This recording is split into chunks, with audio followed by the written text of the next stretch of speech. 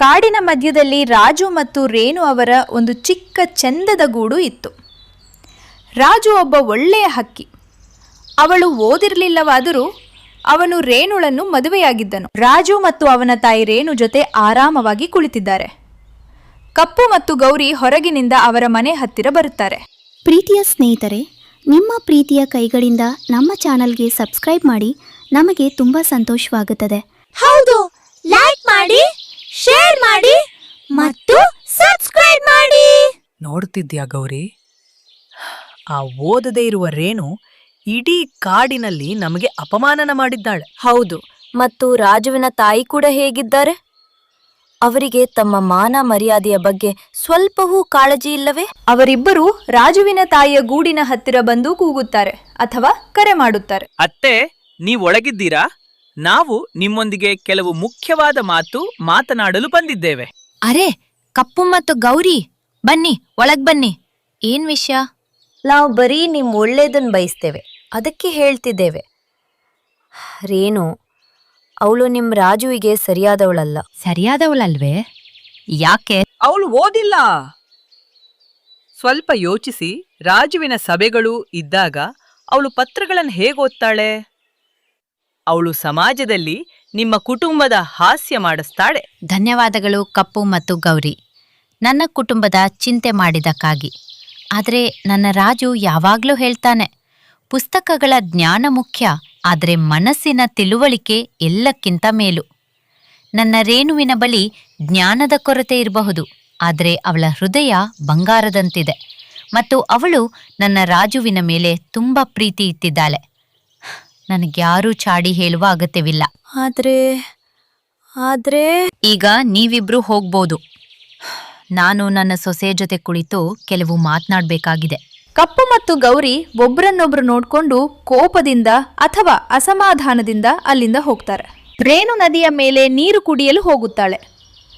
ಪಾರಿವಾಳ ಮತ್ತು ಲೂಸಿ, ಪಾರಿವಾಳ ಮೊದಲೇ ಅಲ್ಲಿರ್ತಾರೆ. ರೇಣುಳನ್ನು ನೋಡಿದ ತಕ್ಷಣ ಅವರು ಪಿಸುಗುಟ್ಟುತ್ತಾರೆ. ನೋಡು ನೋಡು, ರೇಣು ಹಕ್ಕಿ ಬಂದಳು. ಬಹುಶಃ ಇವಳಿಗೆ ನದಿಯ ಆಳದ ಲೆಕ್ಕ ಹಾಕಲು ಬರುವುದಿಲ್ಲ ಅನಿಸುತ್ತದೆ. ಎಲ್ಲಾದರೂ ಮುಳುಗಿ ಹೋಗದಿರಲಿ. ಹೌದು, ಇವಳಿಗೆ ಈಜುವ ಸೂತ್ರಗಳು ಗೊತ್ತಿರ್ಲಿಕ್ಕಿಲ್ಲ.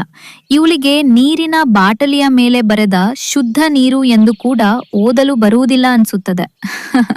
ರೇಣು ಆದರೆ ಏನನ್ನೂ ಹೇಳದೆ ನೀರು ಕುಡಿದು ಅಲ್ಲಿಂದ ಹೋಗ್ತಾಳೆ. ಅವಳು ತನ್ನಷ್ಟಕ್ಕೆ ತಾನೇ ಗುನುಗುಟ್ತಾಳೆ. ಇದೆಲ್ಲ ಕೇಳಿ ತುಂಬಾ ದುಃಖ ಆಗ್ತದೆ. ಆದರೆ ನನ್ನ ರಾಜು ಮತ್ತು ಅತ್ತೆಯ ಪ್ರೀತಿಯೇ ನನ್ನ ಧೈರ್ಯ. ಕೆಲವು ದಿನಗಳಲ್ಲೇ ಕಾಡಿನಲ್ಲಿ ಹಠಾತ್ತನೆ ಭಯಂಕರವಾದ ಚಳಿ ಬರುತ್ತದೆ. ಆಕಾಶದಿಂದ ವೇಗವಾಗಿ ಹಿಮ ಬೀಳಲು ಶುರುವಾಗುತ್ತದೆ.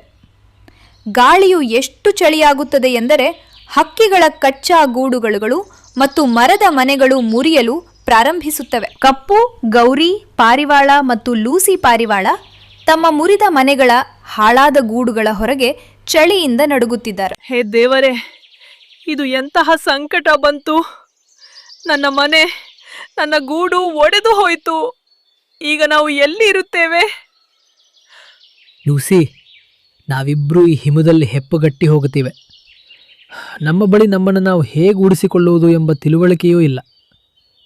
ಅದೇ ಸಮಯದಲ್ಲಿ ಅವರು ನೋಡಿದ್ರು, ರಾಜು ಮತ್ತು ರೇಣು ಅವರ ಗೂಡಿನ ಜಾಗದಲ್ಲಿ ರೇಣು ಒಂದು ದೊಡ್ಡ ಮತ್ತು ಗಟ್ಟಿ ಹಿಮದ ಇಟ್ಟಿಗೆಗಳಿಂದ ಮಾಡಿದ ರಚನೆಗೆ ಕೊನೆಯ ರೂಪ ಕೊಡುತ್ತಿದ್ದರು. ರೇಣು, ನೀನು ಅದ್ಭುತ. ಹಿಮ ಕರಗುತ್ತಿಲ್ಲ, ಬದಲಿಗೆ ಗಟ್ಟಿಯಾಗಿ ಈ ಮನೆಯನ್ನು ಇನ್ನಷ್ಟು ಬಲಪಡಿಸುತ್ತಿದೆ. ಈ ಕಲ್ಪನೆ ನಿನಗೆ ಹೇಗೆ ಬಂತು? ರಾಜು, ಇದೆಲ್ಲ ಪುಸ್ತಕದ ಜ್ಞಾನ ಅಲ್ಲ, ಬದಲಿಗೆ ಜೀವನದ ಜ್ಞಾನ. ನಾನು ಚಿಕ್ಕವಳಿದ್ದಾಗ ವಯಸ್ಸಾದ ಹಕ್ಕಿಗಳಿಂದ ಕೇಳಿದ್ದೆ, ಹಿಮ ಬೀಳುವ ಪ್ರದೇಶಗಳಲ್ಲಿ ಹೀಗೆ ಮನೆಗಳನ್ನು ಕಟ್ಟುತ್ತಾರೆ. ಅವು ಬಿಸಿಲನ್ನ ಒಳಗೆ ಮತ್ತು ಚಳಿಯನ್ನು ಹೊರಗೆ ಇಡುತ್ತವೆ. ನನ್ನ ಗೂಡು ಮುರಿದಾಗ ನನಗೆ ಇದೇ ಮಾತು ನೆನಪಾಯಿತು.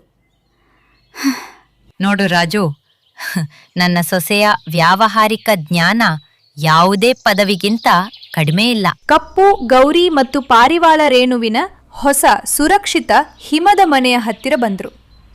ಅವರು ಚಳಿಯಿಂದ ನೀಲಿ ಬಣ್ಣಕ್ಕೆ ತಿರುಗಿದ್ದರು ಮತ್ತು ನಾಚಿಕೆಯಿಂದ ಶರ್ಮದಿಂದ ತಲೆ ಬಗ್ಗಿಸಿದ್ದರು. ರೇಣು, ನಮ್ಮನ್ನು ಕ್ಷಮಿಸಿಬಿಡು.